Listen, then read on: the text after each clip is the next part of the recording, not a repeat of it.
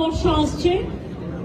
এই দুটো তিনটে দিন বঙ্গোপসাগরে দুটো ঘূর্ণিবর্ত তৈরি হয়েছে, ফলে প্রচন্ড বৃষ্টি হচ্ছে এবং কিছু জেলায় বৃষ্টি হবে।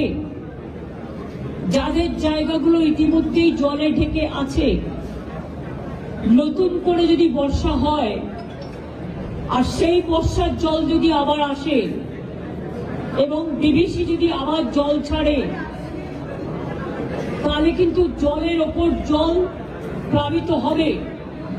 সেক্ষেত্রে দয়া করে যারা দেখতে পাচ্ছেন জলের সম্ভাবনা আছেন, তাদের কাছে অনুরোধ করব, সেই সব জায়গায় দায়িত্ব দেওয়া হয়েছে বিডিওদের, ডিএম, এসডিও, আইসিদের, যে তারা দরকার হলে মানুষকে বুঝিয়ে সুঝিয়ে, আমি জানি ঘর ছেড়ে আসা খুব মুশকিল, কেউ তার নিজের বাসস্থান ছাড়তে চায় না, কিন্তু একটা মানুষের জীবন চলে গেলে জীবন ফিরে আসে না। বাসস্থান হয়তো ফিরে পাওয়া যায়, কিন্তু জলে ভেজা কর্দমাক্ত অবস্থায় অনেক কিছু তাদের নষ্টও হয়। এই অবস্থায় আমরা এমএলএদেরও বলেছি, আমরাও গুরুত্ব দিতে বলেছি, বন্যার জল চলে গেলে প্রথম কাজ হচ্ছে বর্ধমান, বাঁকুড়া, বীরভূম, হুগলি, হাওড়া, নদিয়া থেকে শুরু করে বাঁকুড়া, যতগুলো জায়গা আছে, উত্তর 24 পরগনা, দক্ষিণ 24 পরগনা, যে জেলাগুলো শস্য ভান্ডার,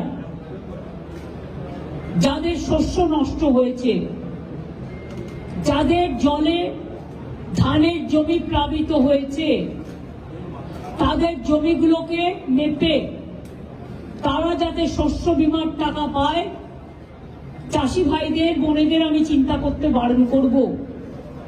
কারণ আমরা বিনা পয়সায় শস্য বীমার টাকা প্রতি বছরই চাষিদের দিয়ে থাকি। জলের যাতে খামতি না হয়, মানে খাবার জলের, পিএইচই কে বলে দেওয়া হয়েছে, পিডব্লিউডি কে বলা হয়েছে যে রাস্তাগুলো ভেঙেছে টোটাল সার্ভে করতে, পঞ্চায়েত ডিপার্টমেন্টকে বলা হয়েছে ডিসেম্বর মাসে যে 11 লক্ষ মাটির বাড়ির টাকা রাজ্য সরকার ছাড়বে পাকা বাড়ি করবার জন্য, অর্ধেক টাকা প্রথম কিস্তিতে আর অর্ধেক টাকা দ্বিতীয় কিস্তিতে দেওয়া হয়। অর্ধেক কিস্তির টাকা আমরা ডিসেম্বরে ছাড়ব। জল কমে গেলেই পঞ্চায়েত ডিপার্টমেন্ট সার্ভে করে নেবে এই 11 লক্ষ মানুষের বাড়ি। তাছাড়াও মাইনরিটি ডিপার্টমেন্ট থেকে 65,000 বাড়ি তৈরি করে দেওয়া হচ্ছে ডেস্টিটিউটদের জন্য। সেই সংখ্যাটা যদি ওই লিস্টে থাকে, তাহলে অটোমেটিক্যালি সেই সংখ্যাটা এই লিস্টে যুক্ত হবে। অর্থাৎ যাদের বাড়ি, মাটির বাড়ি ভেঙে গেছে, ধসে গেছে, অথচ লিস্টে নেই, তাদেরও আমার মনে হয় যে বাড়িগুলো আছে সার্ভে করে দেখুন, কারণ তাদের আমাদের প্রায়োরিটি দিতে হবে।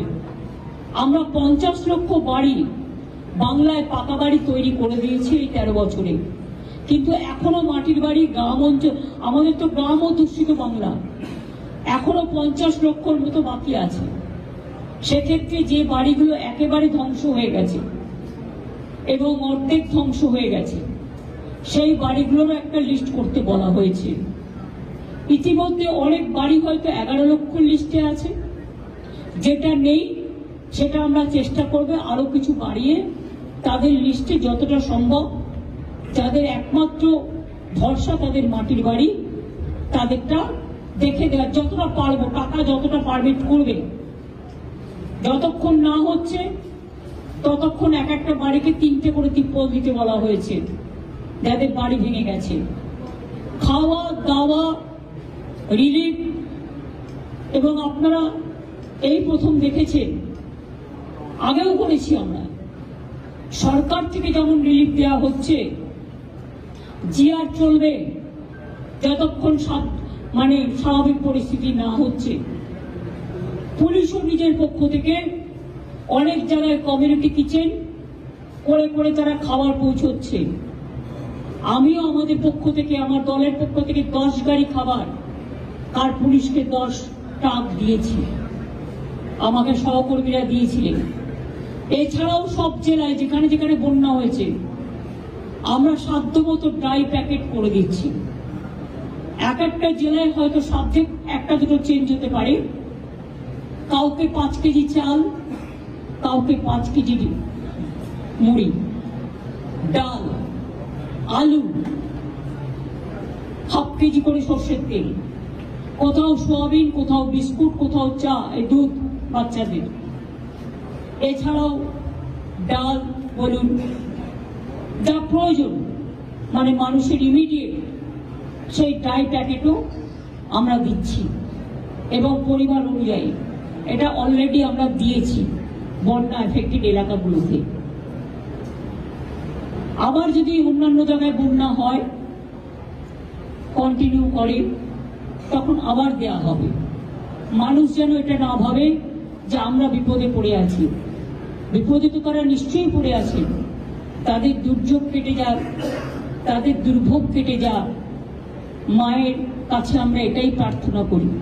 আমি এমএলএ-ও বলেছি, এমএলএ যে কোটার টাকা আছে তাই দিয়ে তারা রাস্তাগুলো গ্রামীণ যতটা পারবেন করুন। আমি এমপিদের কাছেও রিকোয়েস্ট করবো, আমাদের এমপি যারা, তাদের টাকা দিয়েও তারা রাস্তাগুলো করুন, বিশেষ করে গ্রামীণ রাস্তাগুলো করুন।